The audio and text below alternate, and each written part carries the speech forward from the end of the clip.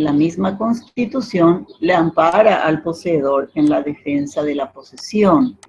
Tal es así que el artículo 15 de la Constitución Nacional habla de la prohibición de hacer justicia por sí mismo.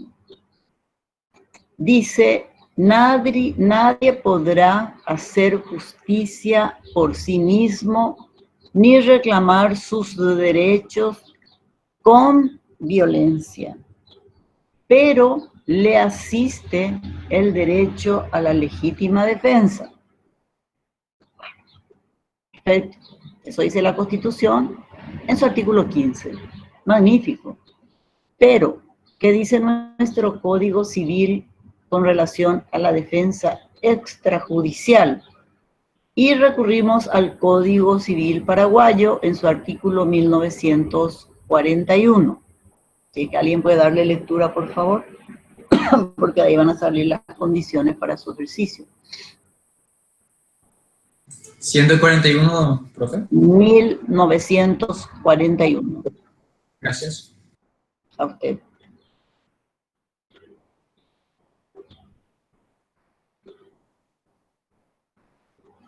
Habla sobre la defensa extrajudicial.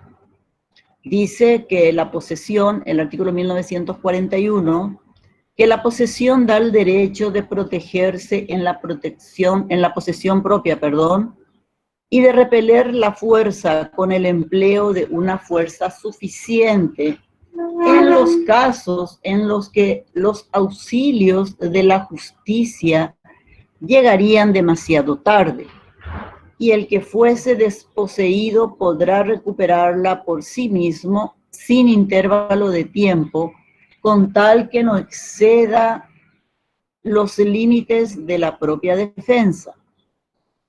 Ese derecho puede ser ejercido por el poseedor o en su nombre por los que tienen la cosa como subordinado a él o quienes ejerzan sobre la cosa una posición derivada o mediata. Artículo 1941 del Código Civil. También pueden hacerlo los poseedores mediatos e inmediatos. Los poseedores mediatos son el propietario y los inmediatos sería el usufructuario o el locatario en este caso. Ahora bien, las condiciones para su ejercicio están dadas en el mismo artículo,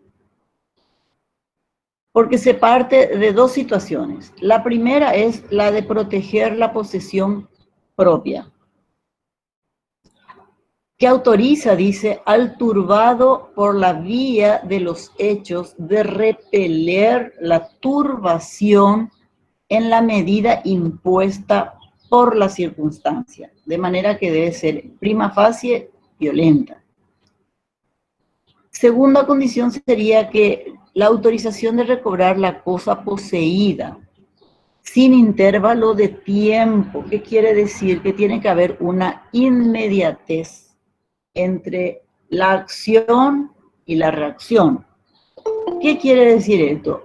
Que yo, poseedor, propietario, no puedo esperar y decirle al que me está turbando o despojando de mi inmueble, pero un ratito yo voy a comunicar esto a la autoridad competente. No, la inmediatez es un requerimiento, es una condición sine qua non, no admite prueba en contrario. Yo tengo que actuar en el momento, no a posteriori, porque si no, no tiene sentido. De ahí la figura de la defensa extrajudicial, porque la judicial sería en el amparo de la ley, con la fuerza pública y todos los bemoles. Pero para que esto ocurra, dice, debe ser necesario que la intervención, en este caso, de la autoridad pública llegaría demasiado tarde. ¿Qué quiere decir? Que ya no se justificaría el hecho de que acudamos a ellos, porque para cuando finalmente ellos estén presentes ya el daño va a estar hecho, el despojo se habrá llevado a cabo, la turbación ya fue en el momento mismo de la acción, de manera que tiene que haber desposesión, tiene que haber violencia de por medio, tiene que haber actuación tardía de la autoridad competente, pero también limita la acción. ¿Por qué? Porque dice que debe ser repelida con la misma fuerza que fue atacada.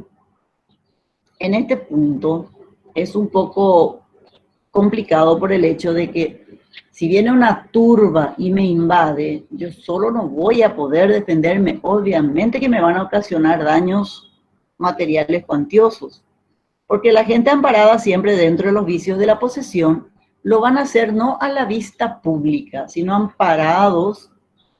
Generalmente cuando te turban la posesión lo hacen amparados en la oscuridad de la noche. Pero, ¿qué pasa? Nuestro Código Civil no hace alusión a las acciones posesorias propiamente, sino que dice nomás de que son actos posesorios o interdictos posesorios que pueden ser utilizados para la defensa y protección de la posesión. Y cuando nos dice a quiénes corresponden, ya los habíamos mencionado, a los poseedores mediatos e inmediatos. Los inmediatos serían el propietario en este caso, los inmediatos son, por ejemplo, el usufructuario, el locatario que estén usufructuando en ese momento. Ahora bien, ¿cuáles son las condiciones requeridas para su ejercicio? Y el artículo 1943 del Código Civil habla de dos características fundamentales: que la turbación debe ser pública e inequívoca. ¿Pública por qué? Porque debe ser hecha de manera que el propietario pueda tomar conocimiento del hecho, e inequívoca, que no haya ningún lugar a duda de que el propietario, el poseedor en este caso, está siendo turbado o despojado en su posesión. Si alguien le puede dar lectura al artículo 1943, por favor, si es que tienen su Código Civil a mano. Dale, te agradezco. 1943.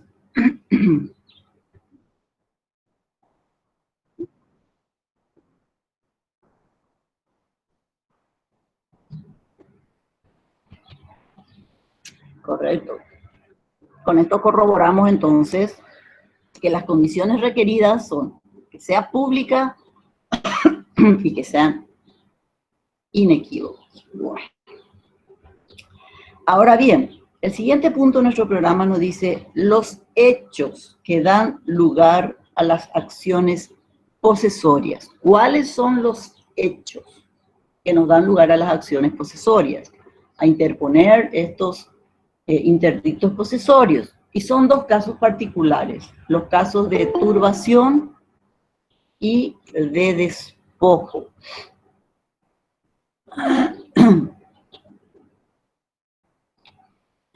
Ya había empezado a errar mitos. Entonces, cuando nos pide hablar de las condiciones para su ejercicio, entonces habíamos establecido que debe ser pública e inequívoca. No entra lugar a dudas en esto, ni a quienes corresponden. Y las condiciones requeridas entonces eran de que debe ser pública, inequívoca. Y cuando decimos que es público, cuando se perfila mediante su contraposición a lo clandestino, a lo público, lo contrario a lo secreto. Es exigir que sea conocida por el propietario. Basta con que haya podido conocerla. La exigencia de que deben ser inequívoca se cumple cuando se exterioriza por medio de actos que revelan su existencia, suficientemente caracterizados por la pretensión del poseedor de conducirse como dueño. Inequívoca implica tener la seguridad de que se está poseyendo y no ocupando el inmueble con otro alcance, que es la certidumbre que le da nuestro código al que ejerce un poder físico sobre la cosa. Entonces, cuando hablamos de los hechos que dan lugar a las acciones posesorias, habíamos mencionado que son los casos de turbación y despojo. ¿Correcto? Ahora bien, si la turbación de la posesión consiste en una obra nueva que se comenzare a hacer en el inmueble del poseedor o en destrucción de obras existentes, la acción posesoria será juzgada como una acción de despojo. Ahora bien, si la nueva obra se comenzara a hacer en el inmueble que no es del poseedor, hablamos del inmediato, del usufructuario o del locatario, habrá turbación de la posesión, de donde se infiere que no existe una acción posesoria diferenciada y la categoría distinta de las dos indicadas preferentemente. O sea que ahí hay como una especie de confusión entre el poseedor y el propietario, porque en ambos casos, en el caso de una obra nueva, la afectación es la misma. En un caso, por ser propietario, se considera que es un despojo, y si es un usufructuario locatario, es una turbación. De lo que estamos diciendo, podemos deducir que la acción de despojo, entonces, es aquella acordada para obtener la restitución de la cosa de la cual hemos sido desposeídos por violencia. Se trata de una acción meramente policial. ¿Cuál es el fundamento? Mantener el orden, impidiendo que nadie intente hacer justicia por sí mismo. Y procede cuando media la privación de la posesión, cualquiera sea el medio utilizado para ello. Pero, para que los casos sean considerados turbación de la posesión, nuestro código, ¿qué hace al respecto? Guarda silencio. ¿Por qué? Porque dice que debe ser ejercitable cuando se produce la turbación calificada por la intención del sujeto de privar al poseedor y cuando los actos ejecutados perturben verdaderamente la relación posesoria. De manera tal que como nuestro código no lo contempla, necesariamente vamos a tener que pasar a lo que dice el Código Procesal Civil. ¿Por qué? Porque nuestro programa nos habla de los interdictos y nos preguntan el concepto y la enumeración, obviamente, y también a qué se llaman interdictos en el Código de Procedimientos. Como el código no lo define, ya sabemos que son acciones posesorias o juicios posesorios para la defensa y protección de la posesión, de manera que son juicios que no van en el ámbito ordinario. ¿Por qué? Porque son juicios breves, sumarios, sumarísimos, en el cual el juez en una o dos audiencias ya debe sacar la sentencia. Y esa sentencia tiene carácter de definitiva. Ahora bien, haciendo alusión a lo que dice el Código Procesal Civil, a partir del artículo 635 en adelante, 35, 36, 37, 38, 39, 40, 41 y siguientes, hace alusión a los interdictos propiamente. Pero nuestro código nos pide enumerarlos. Y lo que se reconoce en el Código Procesal Civil como en el Código Civil paraguayo son nada más que 4. Son el interdicto, de adquirir, de retener, de recuperar y de obra nueva. Perfecto. ¿Y a qué se llaman entonces interdicto en el Código de Procedimientos? Tampoco lo define. Entonces, ¿qué vamos a hacer? Si ni el Código Civil ni el Código Procesal Civil lo define, vamos a recurrir entonces a ver qué dice nuestro Código Civil en el artículo 1941. Dice, la posesión da el derecho de protegerse en la posesión propia y repeler la fuerza con el empleo de una fuerza suficiente en los casos en los que los auxilios de la justicia llegarían demasiado tarde. Es el caso de la defensa extrajudicial. Y el que fuese desposeído podrá recuperarla por sí mismo sin intervalo de tiempo, uno de los requisitos, con tal que no exceda los límites de la propia defensa. Ese derecho puede ser ejercido por el poseedor o en su nombre por los que tienen la cosa como subordinados o el que ejerzan sobre la cosa una posesión derivada o mediata.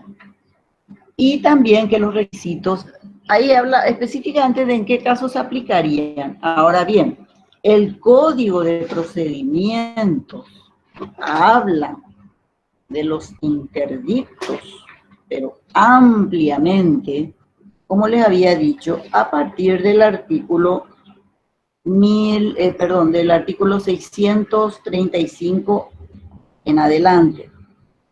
Voy a ver si ubico para especificar. Sí. El Código de Procedimientos, por ejemplo, habla de los interdictos que son de retener la posesión, de recobrar la posesión, de adquirir la posesión y de obra nueva. Ahora bien,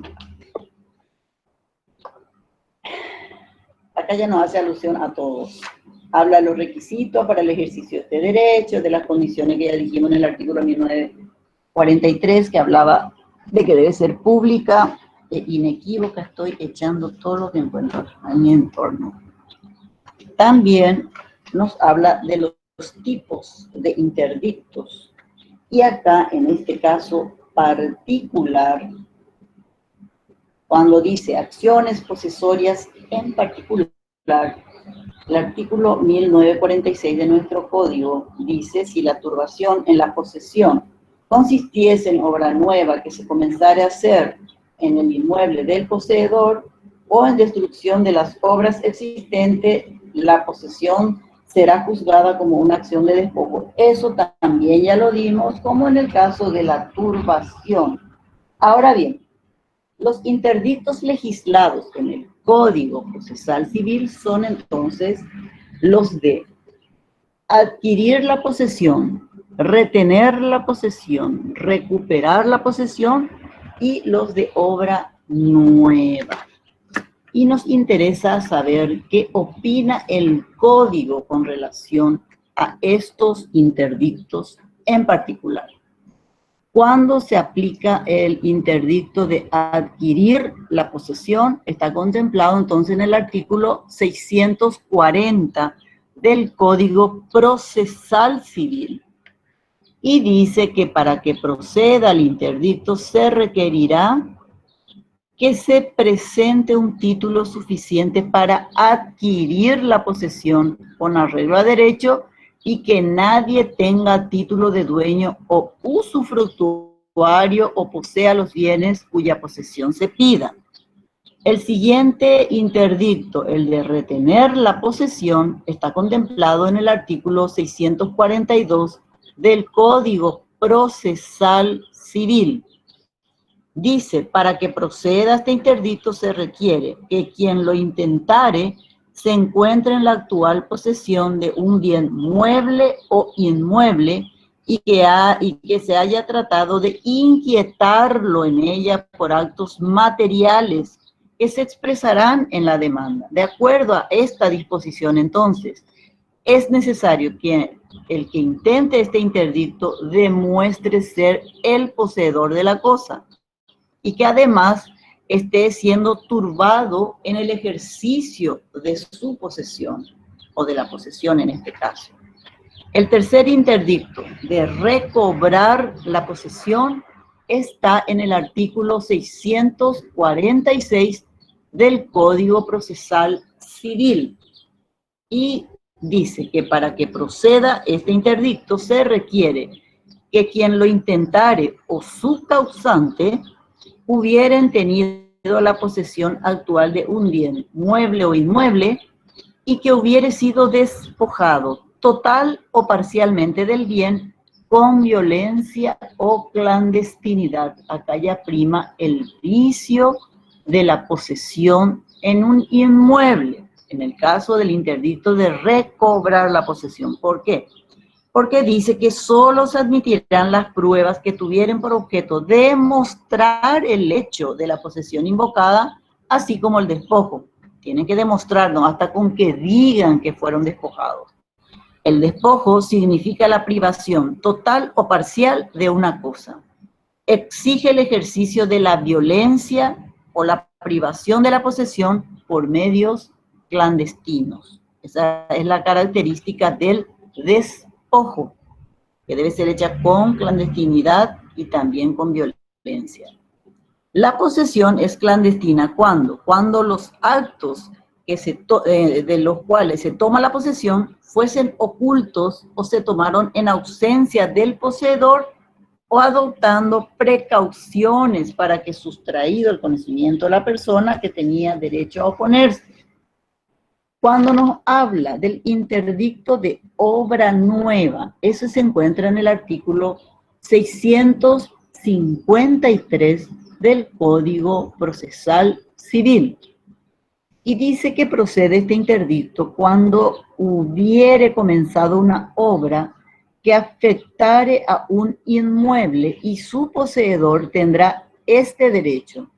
La acción se dirigirá contra el dueño de la obra y si fuere desconocido, contra el director o el encargado de ella. ¿Qué quiere decir? Que en mi propiedad privada, en mi inmueble, un tercero viene y empieza a construir una casa. No necesariamente va a ser una mansión, puede ser un chalecito, una tapuera, lo que fuera, pero propiedad privada y está haciendo una obra nueva. Me asiste el derecho de ir contra esa persona, o si es una empresa, porque famoso, esta construcción está a cargo del arquitecto fulano de tal y del ingeniero fulano de tal y demás. Generalmente llevan un título que dice quiénes son los cerebros de la obra. Bueno, este interdicto, ¿qué objetivo tiene? Poner fin a los actos de turbación o despojo del que es objeto el poseedor como consecuencia de una obra nueva que se está realizando en el terreno. El trámite previsto para este tipo de interdicto es el previsto para retener o recobrar según sea el caso. O sea que sí o sí debe existir esa turbación necesariamente. Y el código así lo dispone, no lo decimos nosotros, lo dice el mismo código. Entonces, ¿a qué se llaman?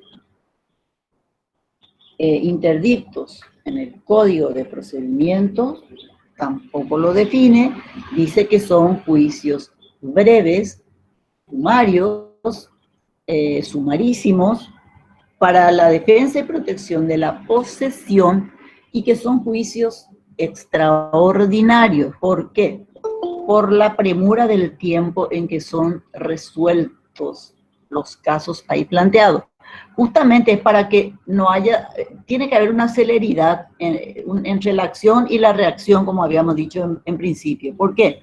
Porque si transcurre el tiempo, yo me voy, presento un juicio de interdicto por una obra nueva, y el juez me dilata y me dilata y me dilata y el edificio se fue en altura, obviamente me van a tener que indemnizar todos los chiches, a lo mejor van a decir, bueno, queremos comprarle su inmueble, yo no tenía intención de vender mi inmueble, pero que no van a echar toda esa obra nueva, o si lo hicieran me van a producir más daño porque van a causar ya deterioro al colindante, una serie de situaciones que se plantean en la práctica, porque esto es puro teoría. Entre la teoría y la práctica hay un fino límite de la realidad, de manera tal que a eso básicamente se resume la unidad 11, que consiste en la defensa de la posesión propiamente, y que es una unidad bastante interesante por el hecho de que esta unidad en particular suele ser tema de examen. ¿Por qué? Por la trascendencia que implica. ¿Por qué? Porque ya dijimos que la posesión, sea cual sea la situación, siempre, pero siempre va a estar protegida por la ley, independientemente de la condición que sea.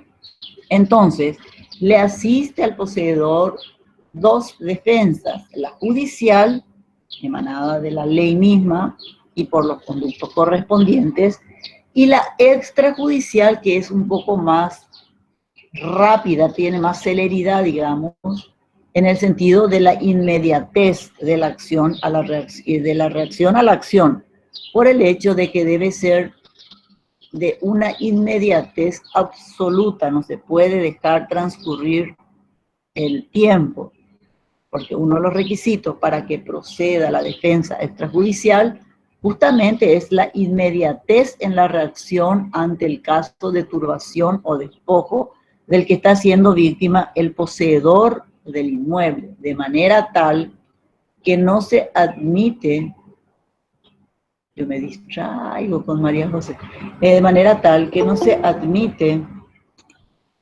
que se pueda hacer a posteriori, después de que ya el daño está hecho. Yo no puedo, por ejemplo, alegar la defensa extrajudicial cuando ya me quemaron todo, ya me destruyeron todo, ya se instalaron, ya están todos ellos ocupando el inmueble. No, yo tengo que reaccionar al momento, pero la ley me limita en mi reacción, porque dice que yo tengo que reaccionar en la misma forma en que estoy siendo agredido, lo cual muchas veces en la práctica es difícil, por el hecho ya mencionado, porque si te viene una turba, por más que vos tengas un palo o estén entre 4 en la casa y te vienen 20, 30 personas que te vienen con machete y demás, no te vas a poder defender.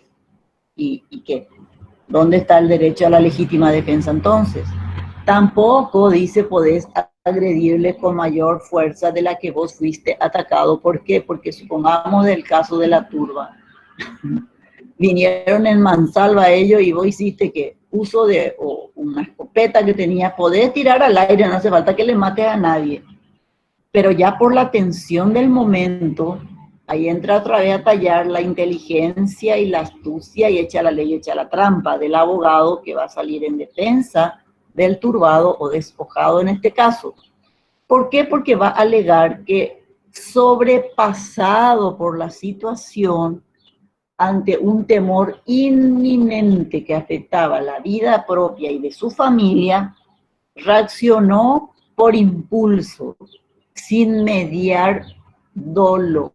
No tuvo intención de ocasionar el daño que le produjo a los invasores en este caso, porque el tipo salió y disparó a mansalva, tenía una mini Uzi y que hizo un cementerio más o menos en su patio porque mató a un montón de gente o hirió. Si es un buen tirador, a lo mejor le va a herir nomás.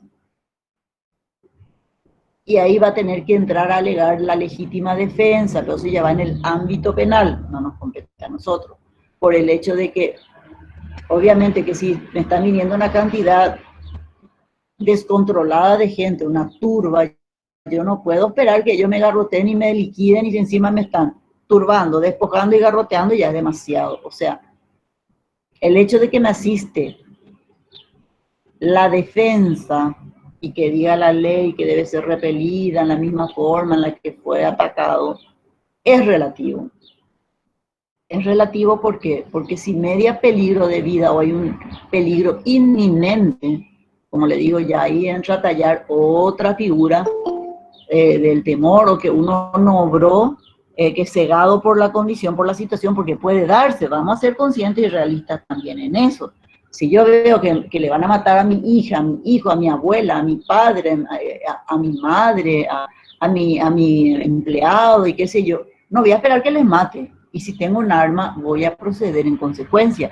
Puedo hacer disparos intimidatorios. Mientras tanto, puedo pedir que se vayan a traerle a la policía en este caso. Pero sabemos que no tienen combustible y sobre todo si en el interior, olvídate. Y para qué no tan lejos, en la capital después de 1 o 2 horas por ahí te aparecen ya cuando estás por hacer el novenario del muertito. En fin, si hasta los fiscales tardan para el levantamiento del cadáver, imagínense la policía. Bueno, Eso es sin ámbito de ofender a las instituciones del Estado. Bueno, independientemente de eso, si yo me veo embretada, superada, rebasada en mi situación de desesperación y obro con mucha más violencia de la que me atacaron, yo voy a tener que demostrar en juicio que hice uso de la legítima defensa por el peligro inminente y puedo alegar, no le digo ya en este caso locura temporal porque es un poco increíble, ¿verdad? Pero puedo alegar y si la causa así o el juez así lo considera, de que realmente el peligro existió, la invasión es un hecho y la cantidad de gente que venía no permitía hacerse el exquisito y decirle, Peña Calmana, los muchachos allá llegan, siempre tenía arreglo tranquilo, pacífico, porque el que entra no te entra con buena intención. Ya te entró violentando tu propiedad, ya te turbó, ya te despojó, o sea, son situaciones que se plantean y hay una disparidad entre la teoría y la práctica, de manera que hay que ser muy prudente en ese caso, porque si yo soy un, qué sé yo, cinturón negro y me vienen 4 o 5 pelagatos y me vienen con palos y demás, el que es cinturón negro fácilmente va a poder contra esas personas y está altamente capacitado para inclusive producirles daños irreversibles, incluyendo la muerte. Porque el que estudia la defensa personal sabe los lugares exactos donde tiene que producir el golpe que va a ser letal, un golpe en el pecho, un golpe certero en la sien, en fin, y que hasta de repente puede ni dejar marcas, ¿verdad? Pero si la policía después toma conocimiento de que uno tenía esa habilidad, porque por ética y por disposición misma, cuando uno tiene ese conocimiento, esa preparación, no está permitido hacer uso y abuso de esa habilidad, digámosle en este caso. Es para que en un caso de competencia uno demuestre sus habilidades y demás, pero si yo me veo constreñido y me veo afectado, obviamente quería hacer uso de todos mis conocimientos y reviente quien reviente, pero puede que la ley me juegue una mala pasada y paso yo de ser víctima a victimario y me demanden ellos por lesión grave, intento de homicidio, ore ro ininte kurija tu sheiteka ure roike ore ngondoro ya pomo ai mai veces a tu ore yo capaite voy shena shera idei mala she tu maure kwa platino, en fin, el campesino fue más astuto que mandado a hacer porque ya viene luego ya con una mentalidad y bien, están todos ellos asesorados, preparados y van como esos kamikazes a lo que venga. Entonces, y porque se van a inmolar ellos por su intención más o menos. No son árabes, pero más o menos siguen la tendencia. De manera tal que más allá de que uno tenga el derecho a defenderse, está otra vez limitado y para eso supuestamente tenemos que hacer uso de lo que la ley nos da, que en este caso son interdictos posesorios, son 4 figuras: de adquirir, de retener, de recuperar y de obra nueva. En el de obra nueva, por ejemplo, me puede ocasionar daño a un edificio que se está construyendo colindante al mío y me va a producir un daño irreversible a la propiedad. Inmediatamente, yo no voy a esperar que se me venga la casa encima, inmediatamente yo tengo que ir al juzgado correspondiente. Esto se tramita en primera instancia en lo civil y comercial. Voy a presentar una demanda, un interdicto de obra nueva. ¿Por qué? Para que se suspenda, se ataje, se suspenda la obra por el daño que me van a ocasionar la empresa o la persona que esté a cargo de esa construcción, de esa nueva obra. Está obligado, primero, a parar la obra, segundo, a indemnizarme, tercero, a ponerme en el estado en que se encontraba. Yo puedo aprovechar y pongo en condiciones mi casa, que ya de todos modos se iba a caer nomás luego, pero esta es otra situación que la ley no contempla. Obviamente es un supuesto. De manera que si hay confusión, si se entendió más o menos esta unidad, podemos pasar a la siguiente. ¿Quedó todo claro? ¿Hay alguna pregunta que quieran hacer al respecto? Estoy para evacuar consultas.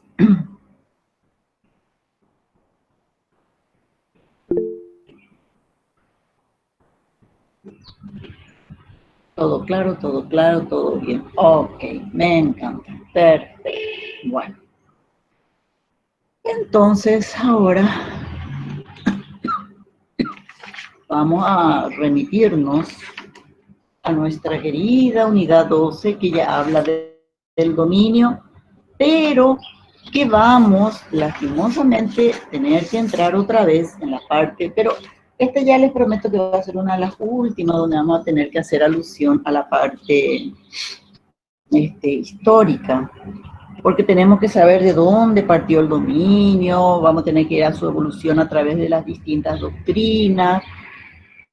Vamos a hacer una breve síntesis nomás de todo esto, porque es muy extenso si es que vamos a remitirnos a todo el derecho romano, a la época feudal, perdón, al cristianismo, a las leyes de partida. Así someramente, vamos a hacer lo más breve posible. Porque lo primero y fundamental es hablar sobre el dominio. Y el artículo 1953, nuestro Código Civil paraguayo, hace alusión a cuáles son los derechos reales. Y sabemos que los derechos reales, no hace falta que los cite a todos, les voy a citar nada más que a estos que nos compete ahora, son el dominio, que es el principal, el condominio y el derecho real de superficie, que son sobre cosas propias. Partiendo de esa base, vamos a tratar de tener un concepto. No nos vamos a ir a la parte etimológicamente hablando de la palabra dominus, que significaba que era el señor de la casa, ni dominium, que era el señorío doméstico. Vamos a tratar de sacar un concepto, una definición de lo que es el dominio. Como el código no lo define, entonces vamos a recurrir a Osorio, al diccionario de Osorio, y él nos va a dar una somera definición. ¿Por qué? Porque el código recién va a hacer alusión al dominio cuando se le considera perfecto o imperfecto en su artículo 1955, de manera tal que vamos a tratar de dar una definición entonces de lo que sería el dominio según Osorio. ¿Y qué nos dice Osorio? Dice que el dominio es el derecho de usar, disfrutar y disponer de las cosas con arreglo a su naturaleza en servicio de la sociedad y para provecho del propietario. Acá vamos a entrar a tallar la posesión, el dominio, ya sea considerado perfecto o imperfecto. Sabemos que todo derecho real solamente puede ser creado por ley, eso ya lo dijimos incansablemente.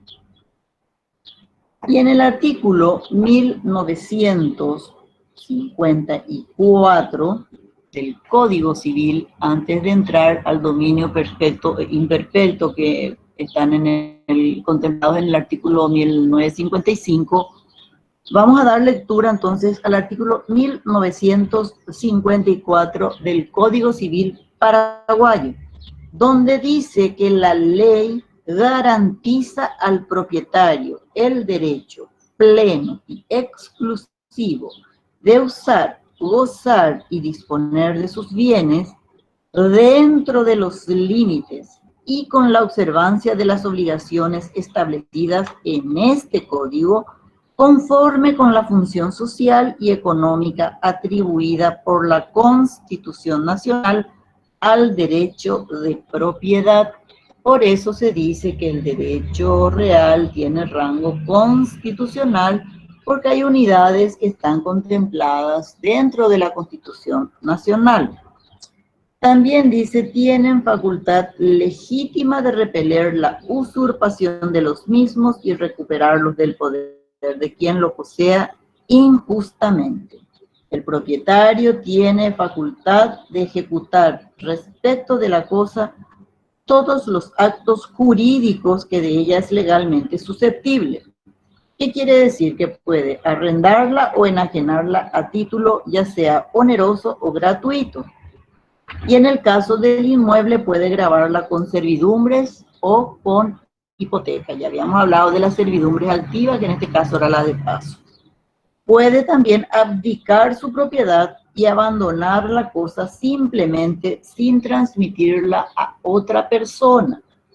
Esto sería en el caso de la cosa mueble, porque ya habíamos dicho que el inmueble, si uno va a abandonar un inmueble, debe hacerlo por escritura pública y su inscripción en el registro correspondiente para que por efecto de la publicidad se tome conocimiento que pasa al dominio del Estado.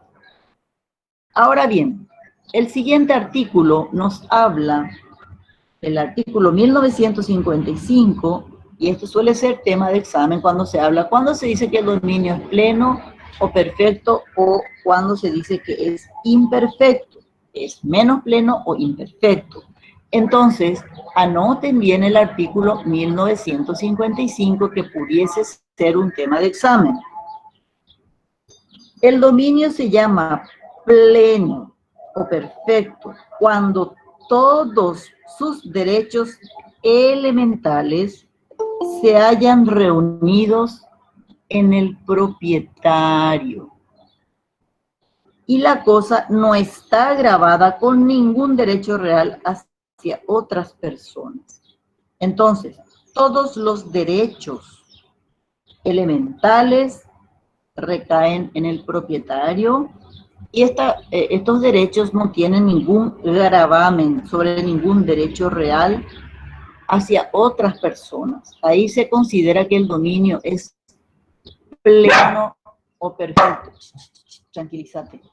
Que es pleno o perfecto porque no admite ningún tipo de injerencia ni ningún tipo de inconveniente. Uno tiene el uso, el goce y el disfrute de la cosa plenamente. Ahora bien, se llama menos pleno o imperfecto cuando debe resolverse al fin de cierto plazo o al advenimiento de una condición o si la cosa que forma su objeto es un inmueble grabado respecto de tercero con un derecho real que este código autoriza.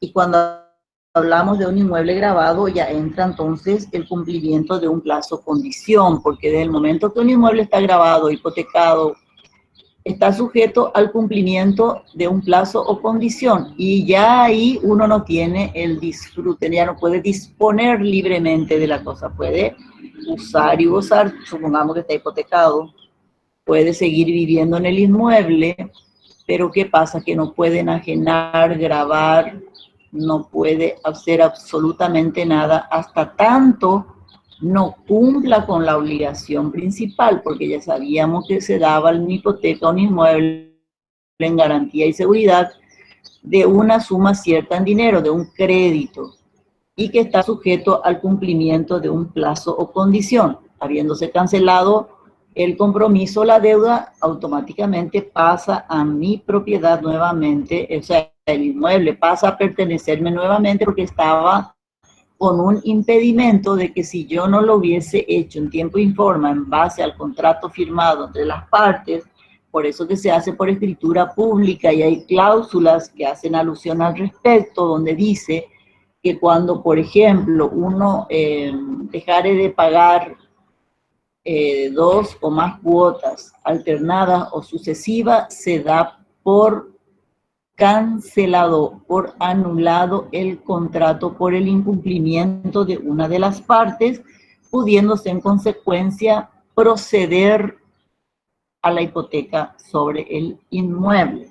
En fin, estas son algunas de las limitaciones que vamos a ir viendo con relación al dominio.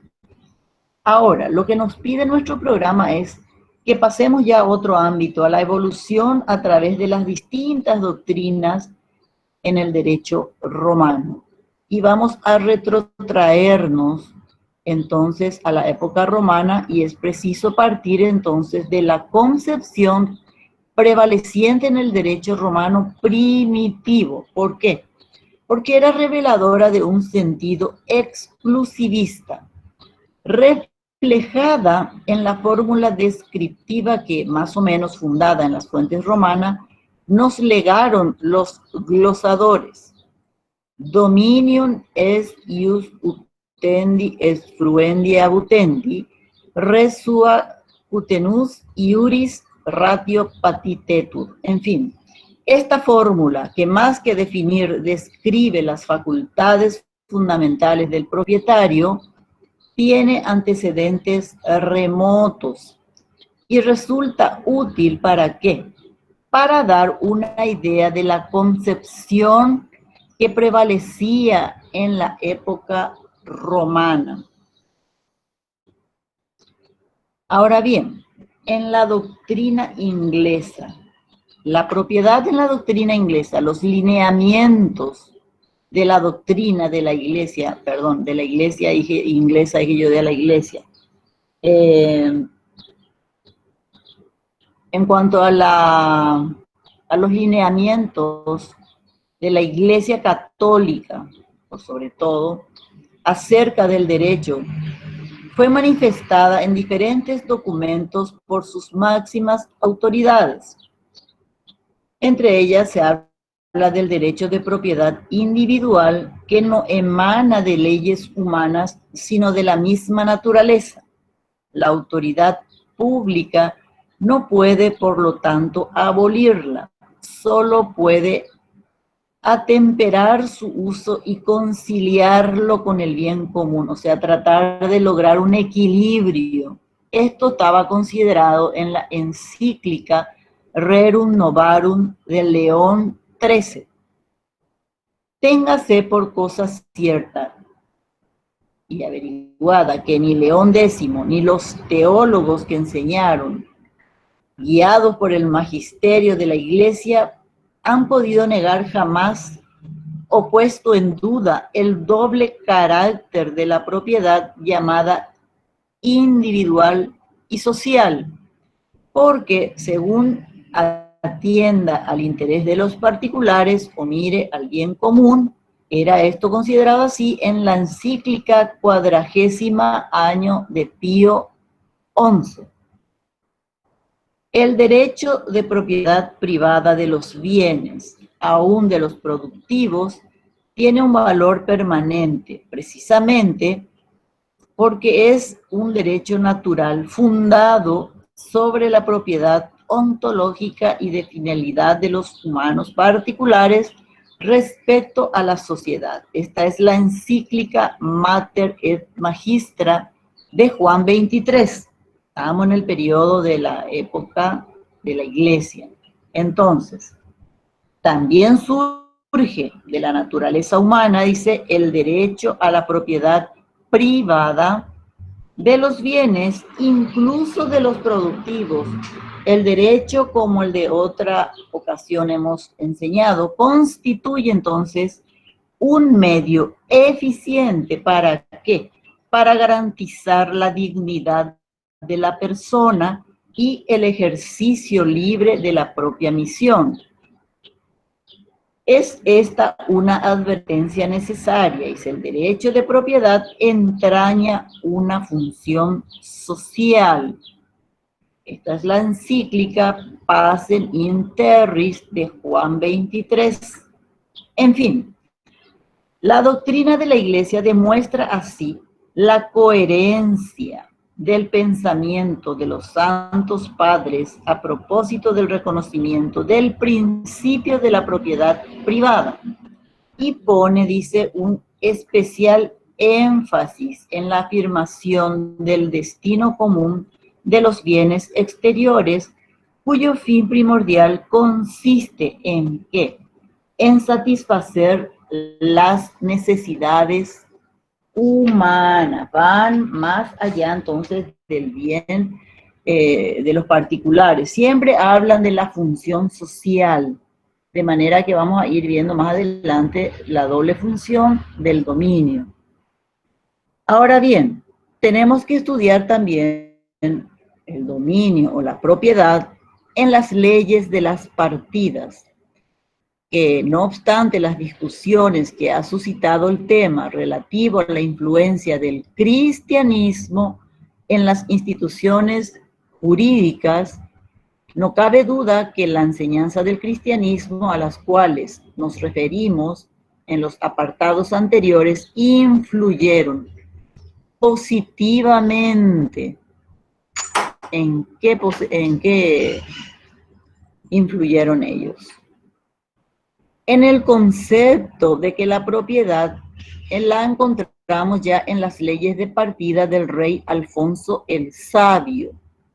En efecto, Alfonso el Sabio contiene, dice, la definición del derecho propiedad, diciendo que es el poder que tiene el hombre en sus cosas, de hacer de ella o en ella lo que quisiere, según Dios y según los fueros. Esta expresión, según Dios y según fueros, nos hace deducir que en el pleno siglo XIII, bajo la influencia espiritual del cristianismo, el dominio no era ya considerado como un derecho arbitrario y sin restricciones. Vamos viendo ya la modificación que va sufriendo entonces el dominio.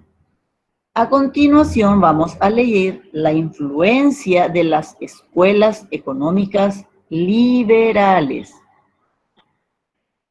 Aunque antes tendríamos que hacer alusión a la tendencia individualista derivada de la Revolución Francesa y de la Revolución Filosófica de la Enciclopedia.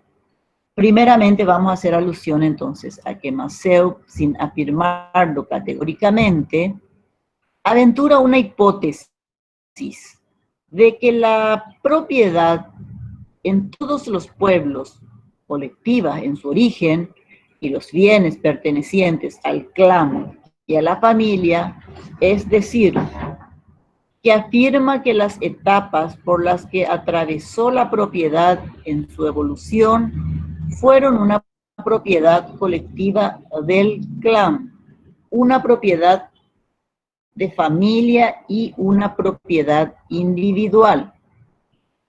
Con la Revolución Francesa se consagró un concepto tan individualista como el que rigió en las leyes romanas de las primeras épocas, poniendo de relieve el carácter absolutista del dominio a pesar de los principios de libertad, igualdad y fraternidad que eran proclamados en esa época. Ahora recién vamos a hablar entonces de la influencia de las escuelas económicas liberales. ¿Y qué vamos a decir al respecto? Que los teorizadores consideraban al derecho de propiedad como un derecho absoluto en sí mismo. Y en esta misma idea aparecen, haber incluido en el ánimo de Vélez Sarsfield, en su nota del artículo correspondiente donde explica que importa observar que los excesos en el ejercicio del dominio son una consecuencia inevitable del derecho absoluto de propiedad, pero, dice Vélez Sarsfield, no constituyen por sí mismos un modo del ejercicio de este derecho que las leyes reconocen y aprueban. Pero es preciso reconocer que siendo la propiedad absoluta, confiere el derecho de destruir la cosa. Toda la restricción preventiva tendría más peligros que ventajas. ¿Por qué? Porque si el gobierno se constituye en juez del abuso, no va a tardar en constituirse, dice, en juez del uso, y toda verdadera idea de libertad y propiedad, en este caso, ya estarían perdidas. Eso entonces es lo que se considera en la época, en las escuelas liberales. Y también Vélez Sarsfield consideró que a partir de esa interpretación perdería el dominio el poder que le asiste. porque si recae sobre una sola persona, dice que este juez, en abuso de sus atribuciones, podría constituirse en juez del uso, y toda la verdadera idea de que la propiedad, de la libertad y demás serían entonces perdidas. ¿Por qué? Porque hacíamos alusión anteriormente de que tenía de tres elementos que eran considerados, que eran la libertad, la igualdad y la fraternidad, que ya fueron proclamados en la época absolutista del dominio. Ahora bien, ¿cuál sería la tendencia social? Las tendencias sociales con posterioridad a la Primera Guerra Mundial se hizo inequívoco el avance de una doctrina que desplazó la antigua concepción de la propiedad como un derecho absoluto e individualista. El principal expositor de una nueva corriente doctrinaria fue Leon Duguid, que define la propiedad como un derecho conferido especialmente miras a la función social. O sea, Duguid, admite que el propietario tiene derecho de aprovechar y utilizar la cosa, pero solamente mientras ellas cumplan dicha función social.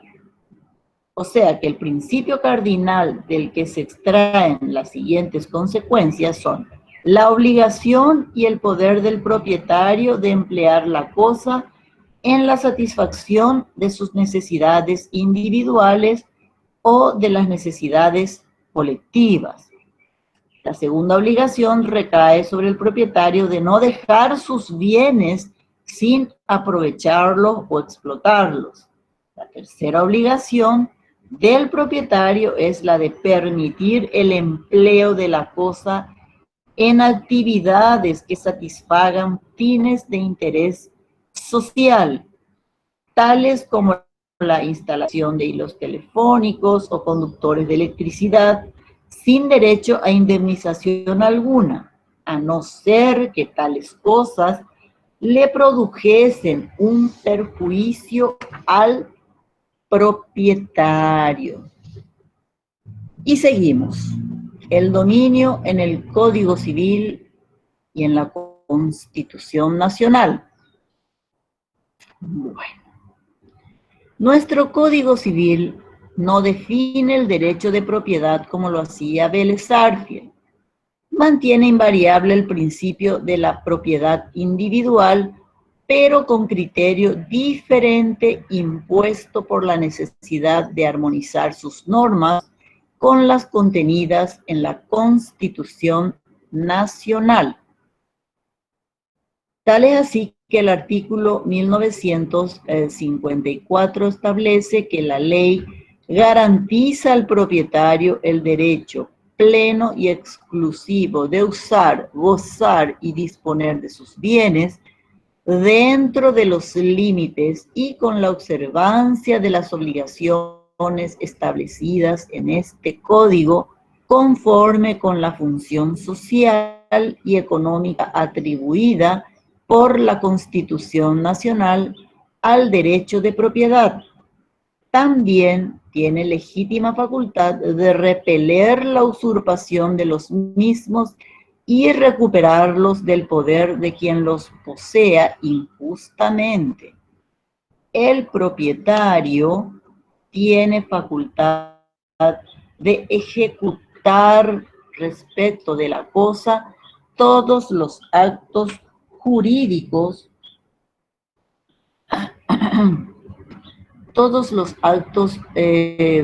jurídicos, ¿dónde me quedé? Esperen que estoy leyendo esta parte. Ay, me distraje y se me fue mi artículo.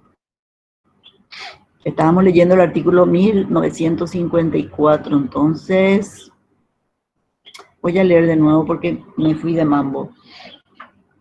Decíamos que la ley garantiza al propietario el derecho pleno y exclusivo de usar, gozar y disponer de sus bienes dentro de los límites y con la observancia de las obligaciones establecidas en este código, conforme con la función social y económica atribuida por la Constitución Nacional al derecho de propiedad.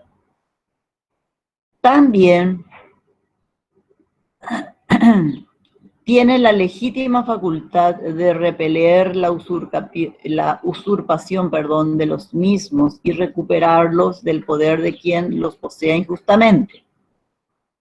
Dice que el propietario tiene facultad de ejecutar respecto de la cosa todos los actos jurídicos que de ella le es legalmente susceptible, sea arrendarla y enajenarla, y esto puede hacerlo a título oneroso o gratuito, y si es un inmueble puede gravarla con servidumbres o hipotecas, puede abdicar su propiedad y abandonar la cosa simplemente sin transmitirla a otra persona.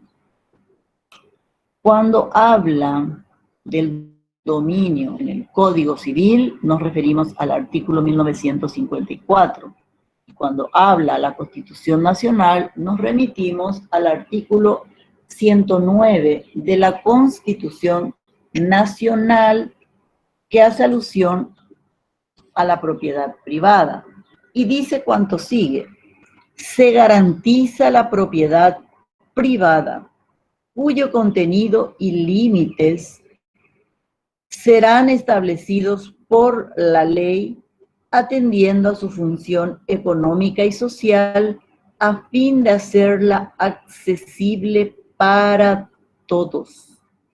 La propiedad privada es inviolable. Nadie puede ser privado de su propiedad, sino en virtud de sentencia judicial, pero se admite la expropiación por causa de utilidad pública o de interés social, que será determinada en cada caso por ley. Esta garantizará el previo pago de una justa indemnización establecida convencionalmente o por sentencia judicial, salvo los latifundios improductivos destinados a la reforma agraria, conforme con el procedimiento para las expropiaciones establecidas en la ley. Eso dice entonces el artículo 109 de la Constitución Nacional. Ahora bien, la explotación racional como fundamento del dominio. Este suele ser tema de examen. Explotación racional como fundamento del dominio. En la actualidad, la doctrina y la legislación atribuyen al dominio una función social y económica desconocida durante la vigencia de la concepción absolutista, y justamente una de las manifestaciones de la doctrina de la función social es la explotación racional como condicionante de la legitimidad del derecho de propiedad. Permiso un ratito, voy a tomar agua.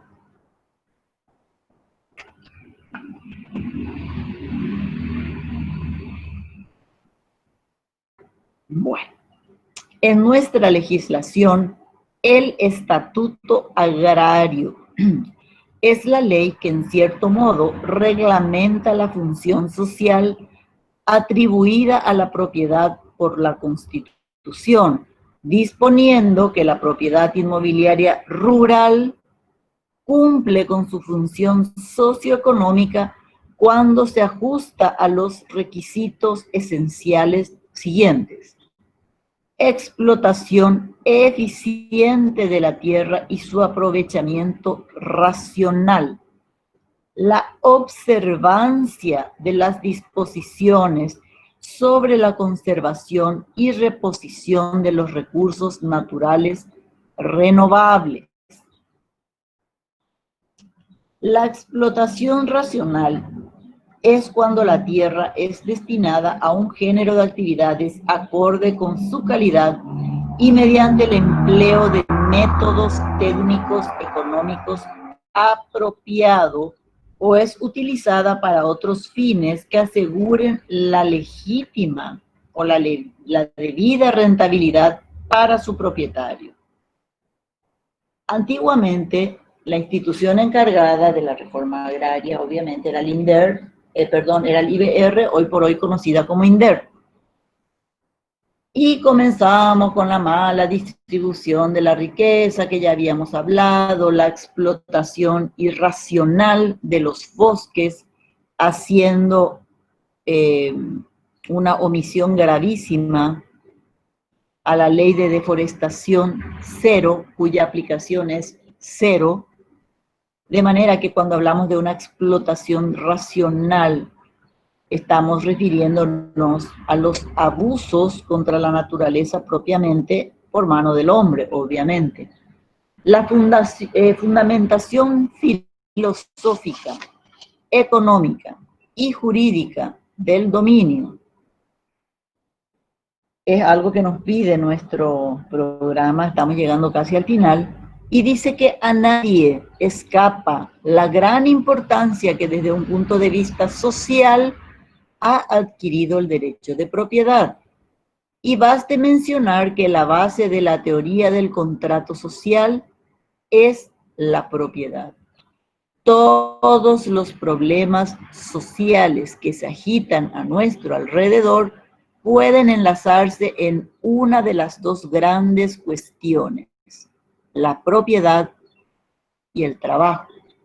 En su fundamentación jurídica y filosófica, varias han sido las teorías elaboradas para explicar el fundamento del derecho de propiedad, entre las cuales citaremos la teoría de la ocupación, como también de la especificación. Las más antiguas, o sea, la teoría de la ocupación, en ella, por ejemplo, las cosas sin dueños extienden el dominio del hombre sobre la naturaleza, transforma la naturaleza en un bien económico y cultural, creando un patrimonio nacional.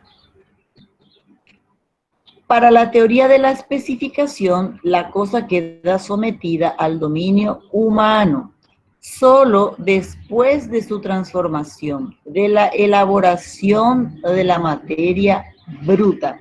Habíamos explicado que la especificación se llevaba a cabo cuando el especificador, haciendo uso de una materia prima ajena, a través de su trabajo, la convertía en una especie nueva.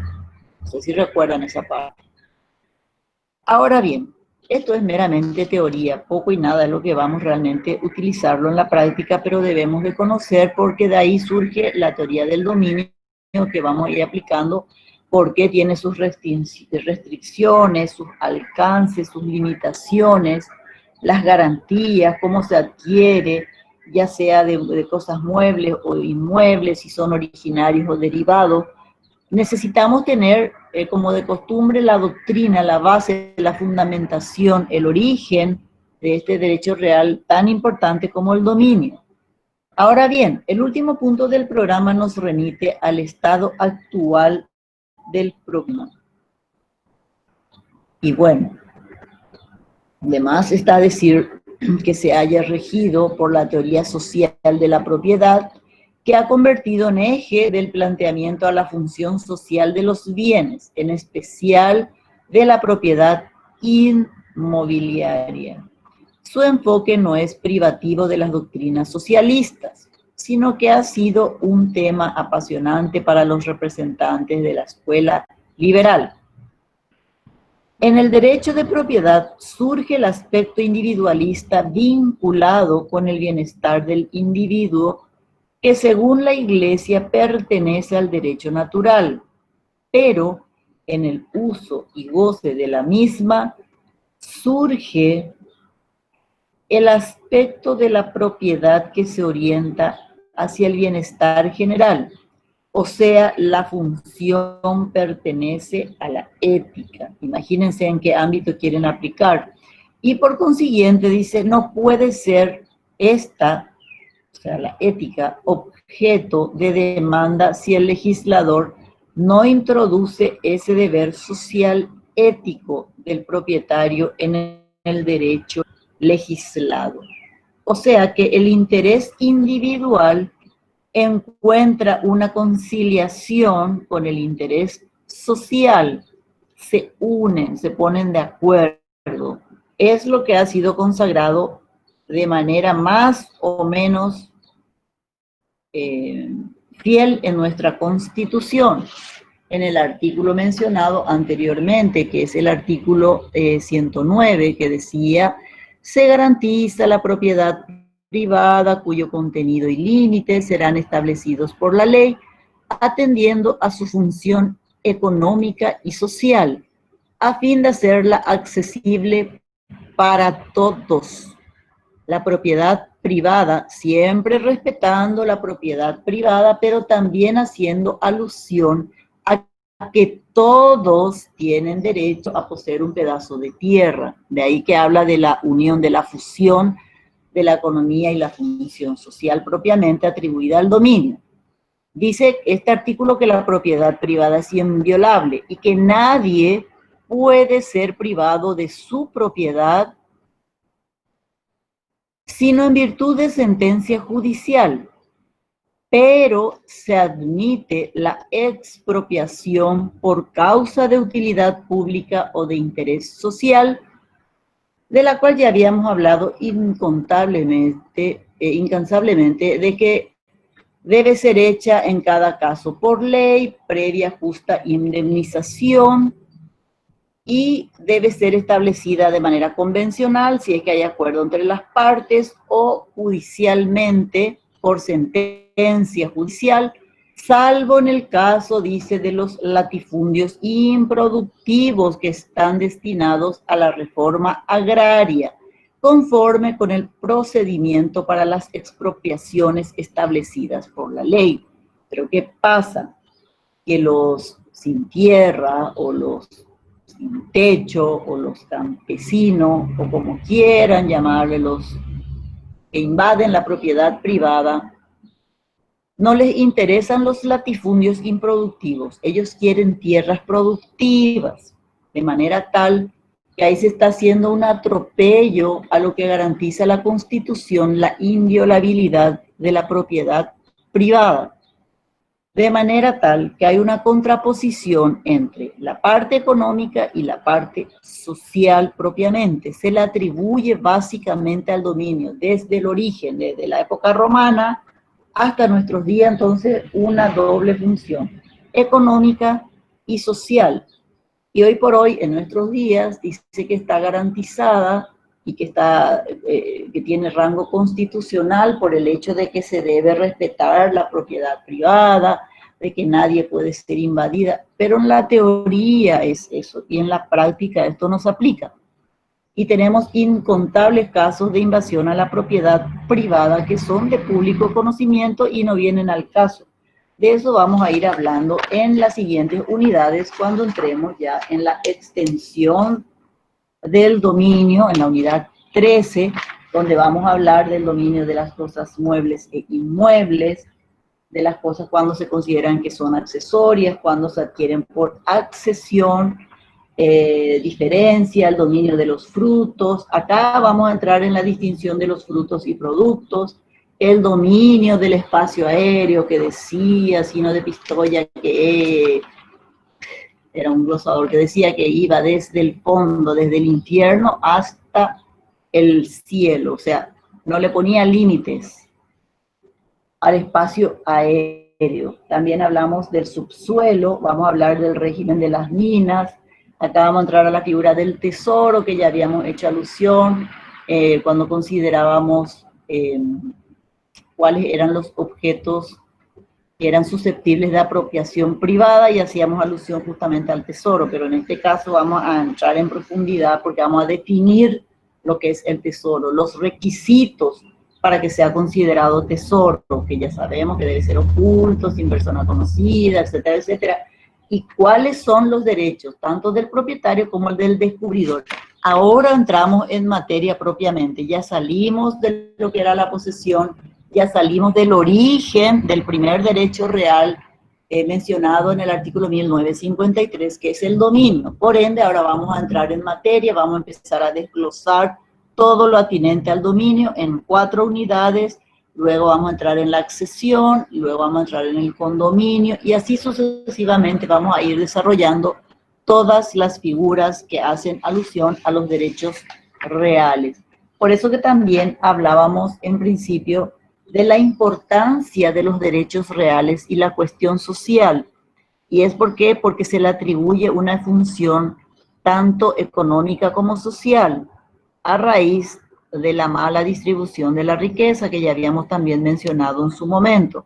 De manera que con esto damos por finalizada la unidad 12, que hace alusión al dominio propiamente y su evolución a través de las distintas doctrinas o de la historia a partir del derecho romano hasta nuestros días, de su importancia en la Constitución Nacional, de la situación actual, tanto en el Código como en la Constitución Nacional.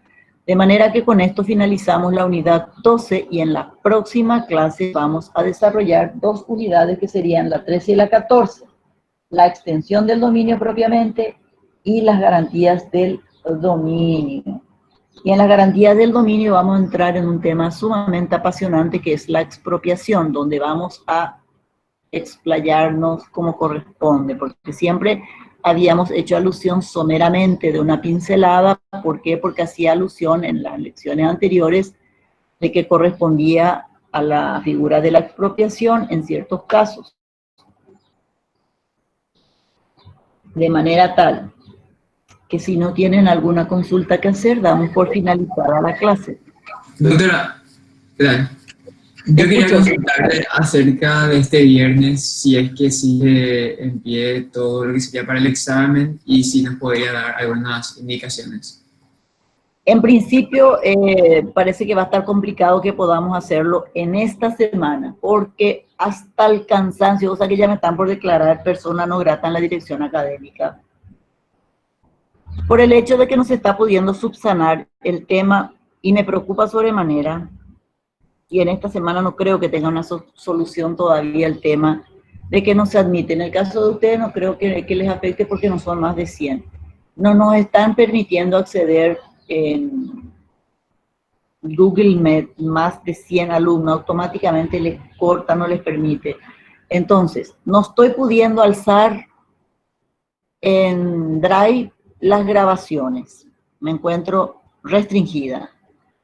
Estoy viendo los mecanismos y el 23 ya es nuestra próxima clase, y no pude preparar nada porque es hasta el 6, porque me dijeron no, todo se extiende hasta el 9 de noviembre. Hoy consulté si era cierto eso, me dijeron no, hay que ajustarse al calendario, que lo que aconteció fue un caso, es cierto, un caso fortuito, nadie piensa que puede fallecer una persona que gozaba del aprecio y simpatía de las autoridades pertinentes de la institución. Y esa semana de duelo y suspensión y demás afectó al desarrollo del programa. De manera tal que lo del 23 veo poco viable. Yo creo que más bien va a ser la siguiente semana, Bruno, lastimosamente. Podríamos en todo caso ver, voy a ver si tengo por acá un calendario. Juro que tenía un calendario a mano, recién no me he visto. Acá está mi código, ¿dónde está mi calendario? Acá tengo un calendario. Nosotros estamos teniendo el viernes, nosotros tenemos clases los martes y viernes. En todo caso, veríamos la posibilidad para el martes 27. ¿Se le superpone con otro? Sí, doctor. O sea, la verdad que el lunes rendimos Derecho Constitucional, doctora, y el jueves de esa semana también rendimos Historia Diplomática, ya confirmadas las fechas. A mí me gustaría sugerir... Vamos a ir al martes 3 de noviembre. Fecha feliz. Lo que pasa es que ese lunes también tenemos derecho penal y el siguiente viernes ya está confirmado derecho a la niñez. A mí me gustaría preguntarle si no hubiera posibilidad de extender a salir un poco del calendario, profesor, nada más por 2 días, sería el martes 10 de noviembre. Inviable, me dijeron que lo del 9 de noviembre ya no corría. Así que estamos, salvo que demos asincrónico, demos un día que no nos corresponde, pero no sé si eso también es viable o no. Tendría que estar viendo otra cosa.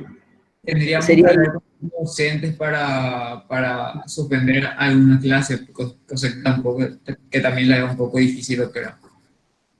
Por eso le digo, nuestra opción es superposición. Eso va a haber más luego. O tomamos el 27 o tomamos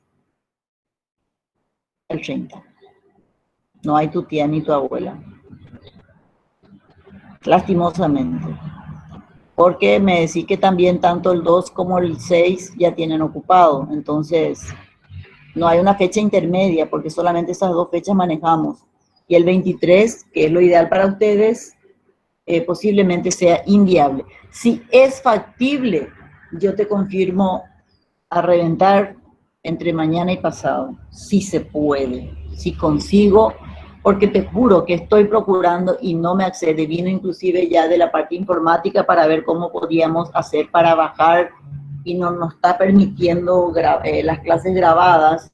Inclusive creamos la carpeta, abrimos en el escritorio, tratamos de bajar. El problema no es con nosotros, es el rectorado mismo. ¿Por qué? Porque cuando se hizo el contrato con Google, ellos en el campus no tienen la superpoblación de alumnos que nosotros tenemos en derecho. Entonces, ellos dicen que si va a ser más de 100 alumnos, se tiene que pagar más. Cosa que el rectorado no sé si no está en condiciones o no está dispuesto, cuál es el inconveniente, escapa mi conocimiento. A nosotros nos dicen entonces, vean la viabilidad de abrir 2 o 3 aulas hasta que entren todos. Y eso también es imposible para nosotros. Ya estamos manejando 6 cátedras y vamos a abrir más 3, porque tenemos casi 800 alumnos entre las 3 cátedras.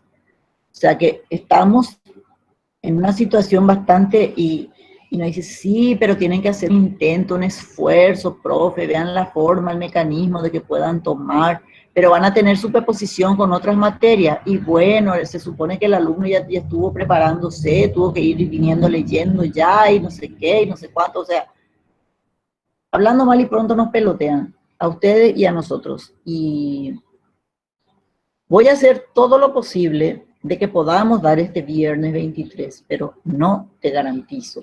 Si damos hasta el 23, entraría hasta esta unidad. Si no consigo, yo te voy a enviar ya al privado, o a la delegada en este caso. Yo ya no sé más ni quién es mi delegado ni delegada. Les juro que les pido 1000 disculpas por eso. Porque tengo todo en el celular y yo el celular mantengo apagado porque si no voy a estar cada rato que me suena que esto, que lo que yo no atiendo. Y todavía no saqué mi lista aparte. O sea, tengo, pero no sé dónde puse. La tipa es desorganizada en definida síntesis. Bueno, si es viable, te confirmo, Bruno, para que puedas socializar lo del viernes 23. Y hasta dónde llegamos, punto. Si no se puede, vamos a tener que hacer un esfuerzo y rendir 2 materias un mismo día. No hay de otra. Lastimosamente. Ustedes me van a decir con cuál se animan a rendir. Si se animan a rendir o el 27, o el 30, o el 3, o el 6. Ahí sí, ustedes van a elegir con qué materia le va a ser más llevaderos reales. Esa sería la última opción ya, si es que no podemos hacerlo el 23. Con la que le resulte una materia más, entre comillas, fácil, más llevadera, más que se pueda más o menos equilibrar la cosa. No es que yo no quiera, si es por mí, les tomo el 23, el 3, pero no sé si llego. Honestamente les digo. Y no le quiero decir si el 23 después disculpa que no podemos. Dale, doctora. Sí, es que se podría este viernes para no que tengamos que reunir un lunes, un martes, un jueves y después un viernes, le estaría muy agradecido, ¿verdad? Pero si es que no se puede, me avisa nomás o a Raquel también, nosotros vamos a tratar de hacer algo para los exámenes. No, pero yo en la brevedad les resuelvo esto porque tampoco es justo que a última hora le esté alterando todo. Ustedes ya tuvieron organizándose mejor con sus otros docentes porque ellos vienen de otro semestre y nosotros recién ahora estamos entrando en la parte de las clases virtuales, de manera que tropezamos con algunos inconvenientes que no nos están pudiendo subsanar nuestros supuestos tutores en el ámbito tecnológico, de manera que estamos también restringidos, con buena predisposición, pero limitados en la realidad. Así que vamos a hacer todo lo posible, Bruno, y yo te voy a estar confirmando. Ahora ya perdí mi bolígrafo. Tengo todo acá nomás, pero vine tan apurada que no sé dónde puse. Entonces vamos a tratar de mantenerlo del 23 hasta donde llegamos. Y te voy a estar confirmando a reventar mañana.